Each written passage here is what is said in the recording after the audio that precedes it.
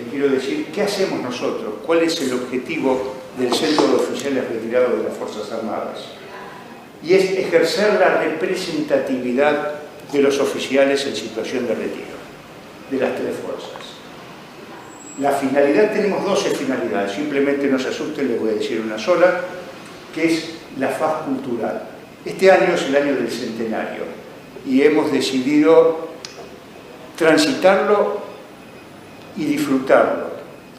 Patria y unión es nuestro lema y yo soy el brigadier retirado Gustavo Enrique Lema, presidente del COFA. Así que bueno, el señor coronel Eduardo Horacio Kundins, que además es socio y amigo, me jugó una mala pesada, me trajo su currículum que tiene doctor en Relaciones Internacionales en la Universidad del Salvador, magíster en Estrategia y Geopolítica en la Universidad del Ejército Argentino, fue director del Centro de Estudios Institucionales de la Defensa y la Integración Regional del Círculo de Legisladores del Congreso de la Nación Argentina entre el año 2009 y 2016. Es director y conductor del ciclo multimedia programa de radio Cascos Azules, con muchísimo éxito, observador militar en la misión de Naciones Unidas para el referéndum del Sahara Occidental, y hoy presenta el libro La posibilidad de la paz, que lo tenemos acá. Está acompañado por Mariano González Lacroix, politólogo, magíster en Defensa Nacional por la Universidad de la Defensa, magíster en Conflictos Internacionales por la Universidad de Estudios de Hemisféricos William Perry, ¿está bien lo que estoy diciendo? Magíster en Conflictos Internacionales por la Universidad de Santiago de Compostela, doctor en Defensa Nacional, docente universitario en Historia Política Argentina, Historia Política Latinoamericana, Seminario de Investigación y Políticas de Seguridad y Defensa, investigador en Asuntos de Defensa Nacional y Seguridad Internacional, director del multimedio Zona Militar, que es el medio de mayor audiencia vinculado a la defensa de habla hispana, con 9 millones de visitas por mes. Autor de diferentes obras digitales en papel en torno a la comunicación, seguridad internacional y análisis de capacidades militares. También nos acompaña el general de brigada retirado Rafael José Barni, es oficial de Estado Mayor, licenciado en Estrategia y Organización y magíster en Historia de la Guerra. Se desempeñó como observador militar en las alturas del Golán y oficial de operaciones en el sur del Líbano. Señor general, no le tocó una zona fácil. Fue jefe del Regimiento de Infantería de Montaña 15, fue designado como jefe del Batallón Angola, misión que luego fue cancelada por nuestro país. Fue jefe de la Fuerza de Tareas 8 y 9 en Chipre. Con el grado de coronel se desempeñó como agregado militar adjunto en Estados Unidos entre los años 2000 y 2002. Con el grado de general se desempeñó como comandante del Comando Logístico de Material, comandante de Educación y Doctrina y comandante de la Fuerza de Naciones Unidas en Chipre. Fue presidente del Instituto Argentino de Historia Militar entre los años 2016 y 2022. Es académico de número de la Academia Sanmartiniana de la Historia y coautor de algunos libros de historia militar y de defensa nacional. Señor coronel, el auditorio está a su disposición. Le doy la palabra a Mariano. Bueno, gracias Eduardo, colega y amigo, que hoy me invita. No sé si se escucha, lo hablamos, hacemos a capela, creo que nos podemos escuchar. Antes que nada agradecerte por la invitación y por el honor de estar acá hablando y estando al lado tuyo. Como te decía recién, sos un amigo, sos un colega y me pone muy contento que estés presentando otro trabajo más. Digo trabajo porque en el libro, en tu nuevo libro, vos lo que estás haciendo es consolidando una vasta experiencia primero como soldado, como persona que le gusta ver el mundo y también como comunicador, ¿no? En un contexto bastante complicado en el que nos toca desarrollarnos a los dos, en particular lo que es defensa, seguridad, y hablar militares, ¿no? Hablar de seguridad internacional, hablar de paz en una Argentina o en un mundo incluso que muchas veces tiene determinadas agendas que no hacen que lo importante se pueda visualizar bien. Y creo que en ese sentido la tarea de comunicadores como Eduardo es fundamental para tratar de ir generando algún tipo de estímulo, interés en la gente sobre cosas que nosotros consideramos que son importantísimas. Es la labor de las Fuerzas Armadas, la labor de las Fuerzas Armadas en el exterior, el prestigio que tienen las Fuerzas Armadas, por qué lo han consolidado, lo han logrado, por qué son muy bien vistas afuera, en sus misiones a lo largo y ancho del mundo. Nos toca una quijotada, ¿no? Que la venimos llevando desde hace años. Edu con mucho más tiempo también en este ámbito. Porque atrás de las agendas que seguimos viendo, seguimos observando de cuestiones que para la sociedad o para las distintas audiencias son importantes y en realidad no lo son, o quizás tienen algunos vestigios ¿cómo diríamos? De cuestiones efímeras, ¿no? Que la gente termina captando su atención en eso, y lo estratégico, lo importante, lo relevante, la carga simbólica de determinadas cuestiones ligadas a la Argentina terminan siendo relegadas, ¿no? Y en ese sentido creo que tareas como las que lleva adelante Eduardo son fundamentales. Ir sumando de a poquito seguidores, oyentes, lectores, tanto del libro como de otras líneas de trabajo que él viene desarrollando, para tratar de transmitirle a la Argentina de que las Fuerzas Armadas importan, son válidas, ¿no? Que las grandes potencias le dan interés a sus Fuerzas Armadas, y la Argentina, que tiene ese perfil o que busca a veces volver a considerarse como un Estado dentro de los más importantes en el concierto de las naciones, no hace, ¿no? Que no termina de posicionar esas Fuerzas Armadas. Es una quijotada lo que Eduardo hace. A mí me toca desde otro lado, pero nos conectamos en la temática. Y creo que en ese sentido el perfil que tiene Eduardo con haber sido un soldado, haber sido un militar, ¿no? Y hoy en día hoy en día no, ya con tiempo, un comunicador, a él lo consolida como un soldado de la comunicación, un soldado de la palabra, ¿no? Que en la Argentina hay pocos, son poquitos, y creo que hay que darles mayor relevancia. Pues son esas personas que tratan de poner en agenda cuestiones que son importantes, vuelvo sobre lo anterior. Y además, otra cuestión importante que me encanta escuchar de él, que es ese perfil por la paz, ese perfil de buscar un mundo pacífico, buscar equilibrios, buscar determinados valores que no se ven muy bien en estos tiempos que vivimos, que no se observa mucho, pero Eduardo es un idealista de la paz, ¿no?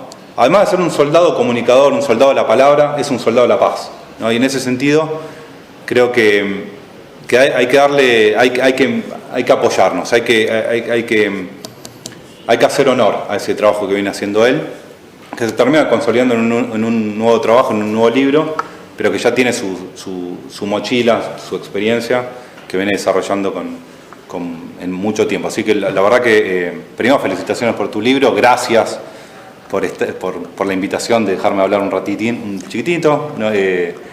Y bueno, y compartir también este palo, este ámbito de lo que es la comunicación sobre estos temas, que es complicado, que a veces estamos viendo a ver cómo juntamos 10 oyentes más, 10 lectores más, pero creo que lo más importante está en ese amor por lo que hacemos, y después irnos a dormir tranquilos y contentos y llenos, ¿no? de saber que estamos haciendo algo que nos gusta y algo que nos apasiona, y creo que eso es algo que se observa mucho en vos. Así que de vuelta agradecido por el espacio. Gracias, Mariano.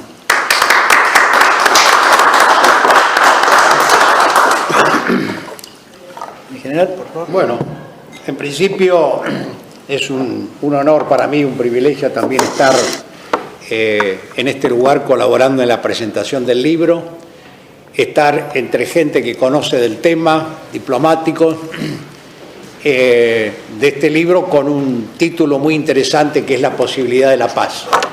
Así es que, en principio, gracias por invitarme, Kundin, y gracias además por acordarse de un superior ya retirado, que para un retirado constituye un aliciente muy importante. Es como volverlo a la actividad y llenarlo de energías nuevamente. Es un de estilo en este tipo de presentaciones hablar de dos cosas, del autor y de la obra. Del autor ya habló acá mi compañero de presentación, y sería una obviedad hablar de los pergaminos bien ganados por Kundin, no solamente en su brillante trayectoria militar, sino también en sus obras escritas, en su pedagogía, en sus conferencias, etcétera, etcétera. Pero yo quisiera resaltar un tema del autor en cuanto a su personalidad, que es precisamente lo que mencionaron recién, el ser el conductor de ese programa de radio Cascos Azules por el Mundo. Una tarea que desarrolló durante muchísimos años, casi como un sacerdocio, con gran esfuerzo, entrevistando a gente que ha participado en misiones de paz. A mí creo que me entrevistó 3 o 4 veces, entrevistando en directo a gente que estaba en ese momento en cualquier lugar del mundo, y buscaba el señor coronel con ese programa básicamente 2 objetivos. Primero, el de transmitir no solamente al mundo militar, sino al mundo civil, lo que hacen las Fuerzas Armadas, las fuerzas de seguridad en las misiones de paz, cuestión que muy pocos argentinos lamentablemente conocen con justeza. Y la segunda finalidad es la de estimular a la gente que estaba afuera en su trabajo y hacernos sentir orgullosos a los que habíamos pasado, porque nos traía otra vez a la realidad. Del libro,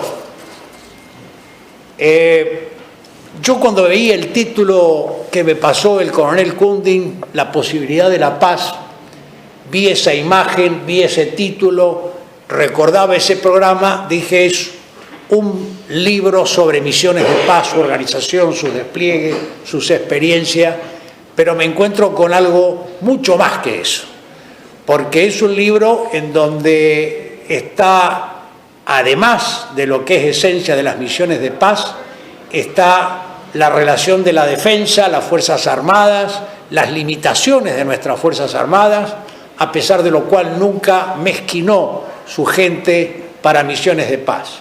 No solamente indaga entonces en ese tema, sino que se mete en algo más amplio, en el país y en el mundo.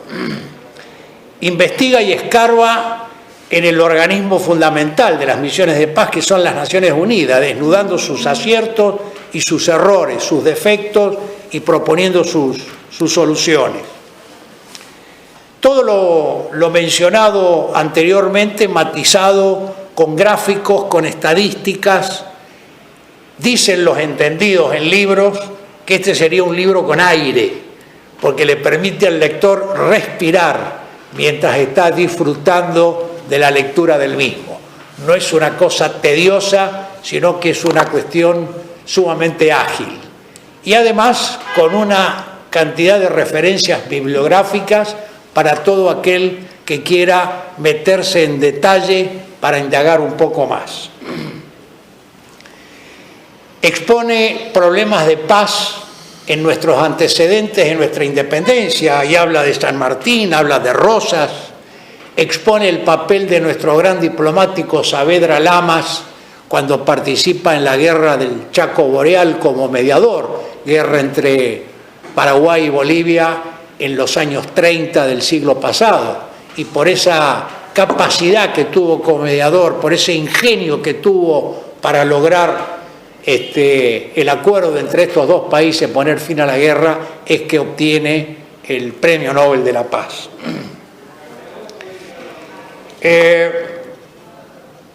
Yo quisiera, además de estas generalidades, quiero resaltar 3 partes del libro. Después voy a entrar en algunos detalles del libro en sí.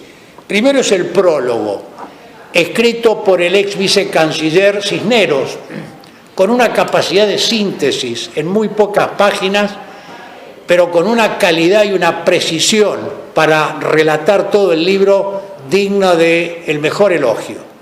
La segunda parte es la introducción, en donde el autor explica filosófica, jurídica e históricamente la razón de ser, la necesidad y las contradicciones de las distintas teorías sobre las misiones de paz.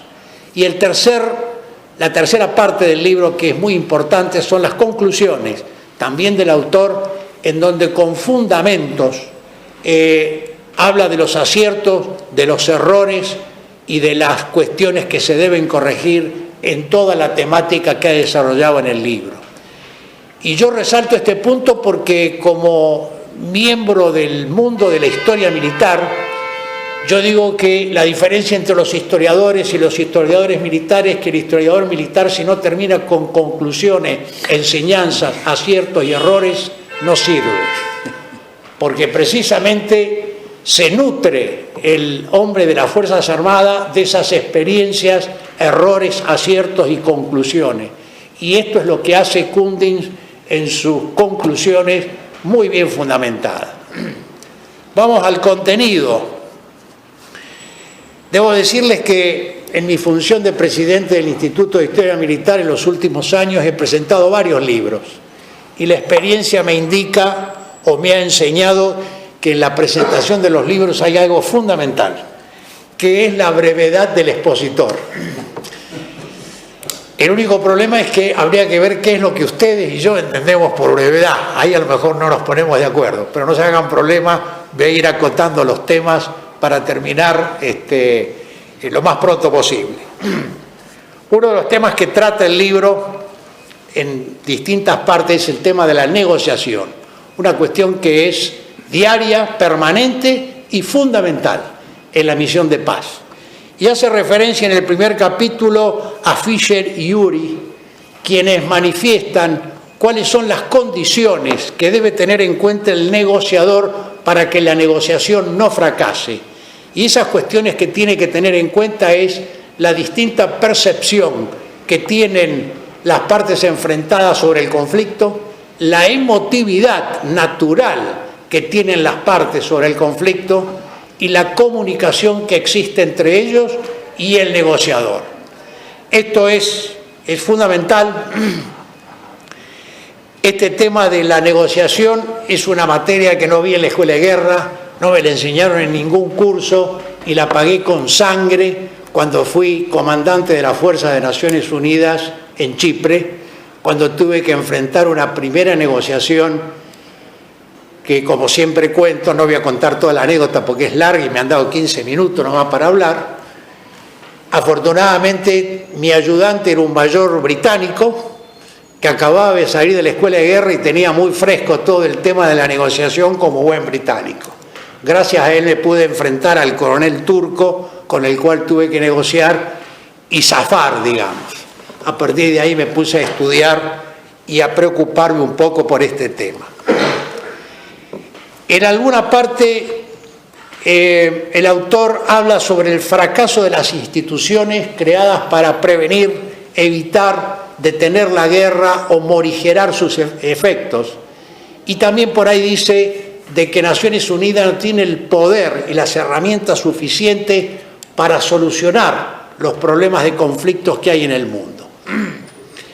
Yo digo que en gran parte esta afirmación es cierta, pero también digo que hay que tener en cuenta que el Consejo de Seguridad está integrado por los 5 grandes, Estados Unidos, Rusia, Gran Bretaña, Francia y China, que tienen, los únicos, que tienen el poder de veto y por supuesto que utilizan su poder de veto para sus intereses políticos, económicos, estratégicos y geopolíticos. El día que los 5 grandes se ponen de acuerdo y logran que Naciones Unidas ordene una misión de paz con mandato en capítulo 7, que significa imponer la paz, los resultados normalmente son positivos. Pero para eso se tienen que poner de acuerdo los 5 y ordenar el mandato de imponer la paz. A veces, como miembro de ex misiones de paz, uno recibe las críticas, yo las he recibido, pero al final Naciones Unidas no para nada. No sé si para o no para. Lo que sí les digo siempre es que si Naciones Unidas no estuviera donde está para morigerar los efectos de un conflicto, de una guerra, eso sería tierra de nadie y sería un desastre infinitamente superior al que ya se produjo producto de la guerra.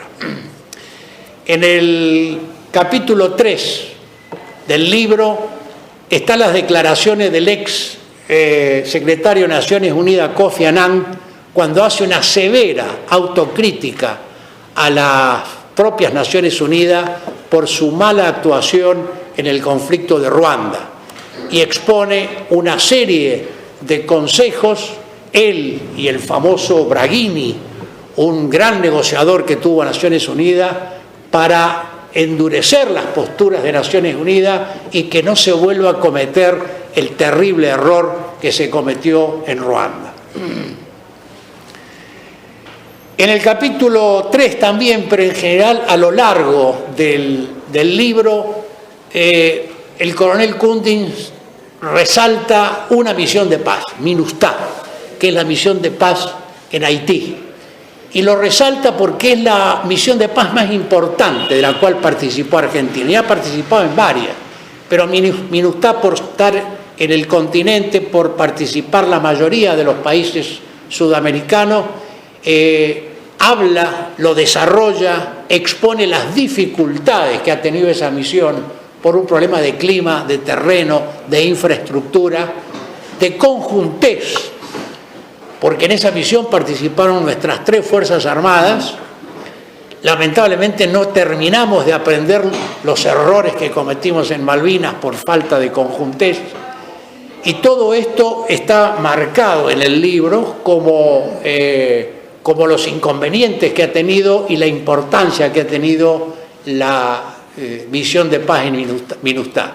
Para colmo, en enero del 2010 tiene el terremoto, estando MINUSTAH en funciones, que hizo prácticamente inmanejable la situación.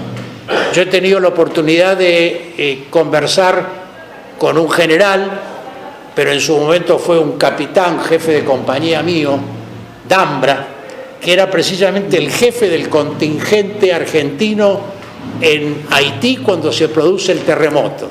A 15 días de regresar a la Argentina después de estar 6 meses.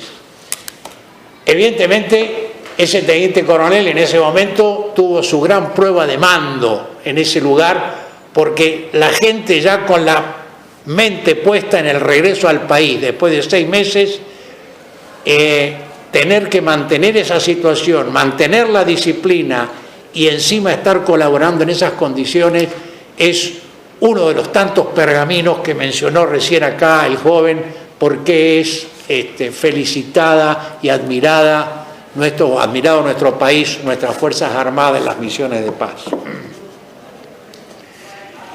Menciona en el libro que se han obtenido más elogios de nuestras fuerzas de paz por parte de países extranjeros que en el país.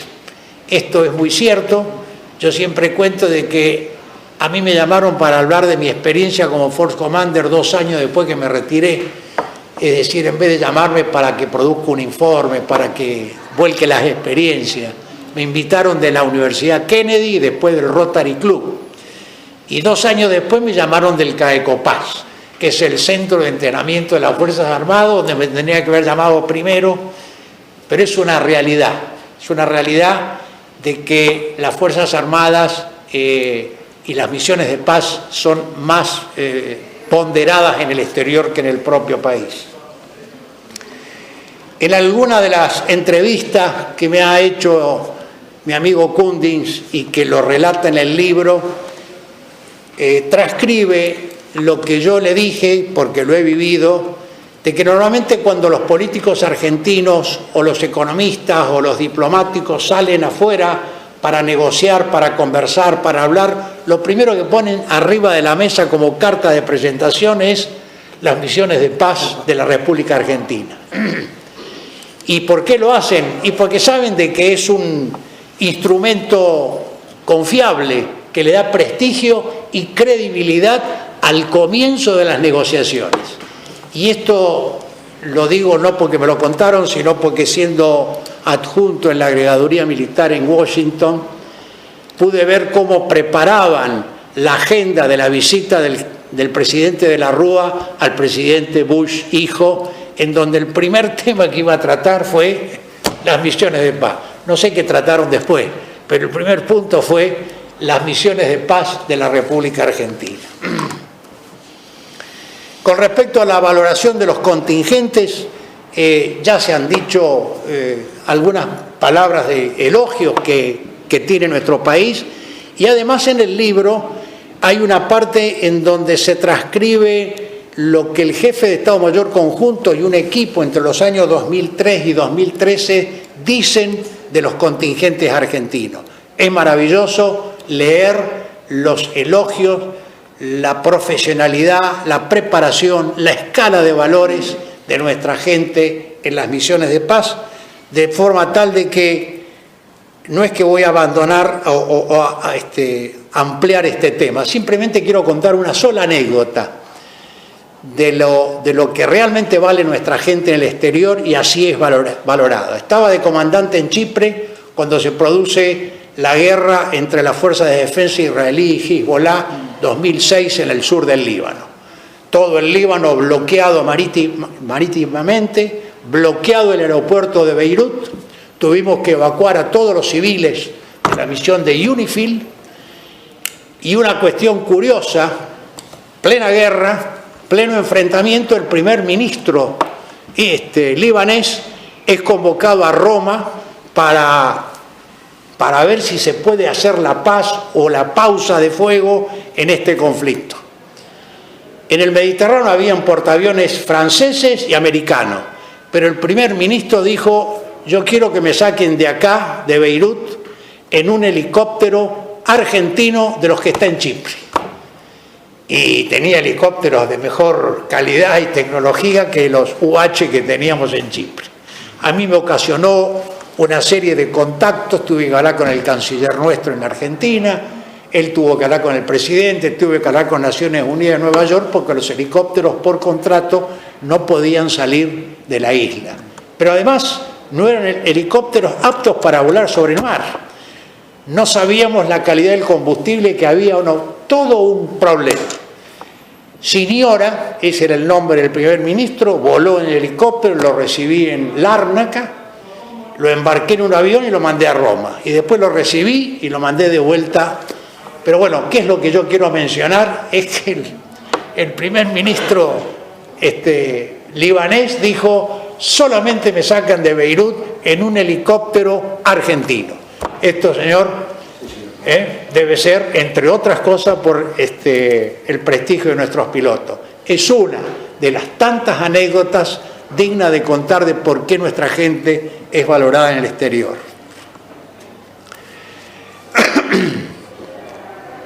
¿Cuáles son las razones, a mi criterio, por las cuales son tan bien valoradas nuestras fuerzas policiales y militares en el exterior? Primero, por su preparación profesional y por la escala de valores en que están formados nuestra gente. En un viaje que tuve que hacer a Nueva York, a una reunión de todos los Force Commanders del mundo que se reúnen, fui a visitarlo a nuestro embajador ante Naciones Unidas, una visita de protocolo. Y curiosamente, esto también lo menciona Kundin en su libro, el embajador me dice: fíjese, general, qué curioso el prestigio que tienen nuestras fuerzas en el exterior y no tienen el mismo prestigio en el interior. Le digo: bueno, discúlpeme, embajador. Le digo: si no tienen prestigio en el interior es porque las quieren minimizar, pero si son buenas afuera es porque son buenas adentro y están bien preparadas. Fin de la conversación con el embajador. ¿Cuáles son las causas? Primero, su preparación. Segundo, normalmente tropas argentinas participan en el lugar donde Argentina no tiene intereses políticos ni económicos. Y esto hace que naturalmente el argentino que participa separando elementos en conflicto actúe con una imparcialidad natural, no tiene que hacer ningún esfuerzo. Y esa imparcialidad trae de la mano la confiabilidad de las dos partes en esa fuerza que los está controlando. Y señores, la imparcialidad y la confiabilidad son la base de la negociación y del prestigio, son dos diamantes en bruto cuando se trabaja en Naciones Unidas. La otra razón, o la tercera razón, es el buen trato, la solidaridad, la amabilidad, el alto concepto de la amistad que naturalmente tenemos los argentinos, naturalmente nos sale. Somos amigueros, somos amables, y todas esas virtudes para gente que está viviendo el trauma de una posguerra es fundamental para que ese elemento que está en el medio sea abrazado, sea querido y sea respetado. Habla sobre la UNASUR, y estoy terminando ya. Habla sobre la UNASUR en el libro, con sus idas y venidas, con sus más y sus menos, tratando de formar una alianza. Y yo digo, bueno, estamos repitiendo lo que nuestro Congreso de Tucumán trató de hacer en 1816, cuando al día siguiente de declarar la independencia le cambia el nombre al Congreso. Ya no es el Congreso de las Provincias Unidas del Río de la Plata, sino que es el Congreso de las Provincias Unidas de Sudamérica. ¿Por qué se les pone ese nombre? Porque la idea de los congresales fue precisamente que una vez que todas las entidades de Sudamérica sean independientes, y en diciembre de este año vamos a cumplir 200 años de la batalla de Ayacucho, que es lo que sella la independencia de Sudamérica. Cuando eso terminara, cada entidad política independiente debía mandar un diputado a ese Congreso para formar en Sudamérica lo mismo que estamos tratando de formar en UNASUR, una entidad política única. Voy a concluir. En la edición de todo libro hay dos cuestiones, aparte de escribirlo, que ya está escrito, pero ya cuando estamos en el momento de la edición, seguramente el autor se enfrenta con dos problemas importantes, él y todos los autores del libro. Primero, el título, y segundo, la imagen de tapa, porque esto es lo que resume todo el libro. Y el título, La posibilidad de la paz, aparte de ser extraordinariamente elegido por el contenido del libro, es un título controvertido, es un título difícil. Y como explica el autor, y uno lo lee en la recorrida del libro, demuestra las dificultades que ha habido desde toda la historia de la humanidad para lograr la paz cada vez que hubo una guerra. No es imposible, pero es difícil. Por eso yo termino con dos frases, que no son mías, son dos frases antagónicas, pero marcan los extremos de esa posibilidad de la paz.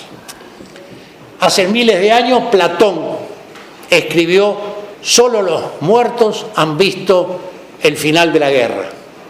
Y en el otro extremo, en la otra punta, se para Mahatma Gandhi y dice que no hay camino para la paz, porque la paz es el camino. Nada más.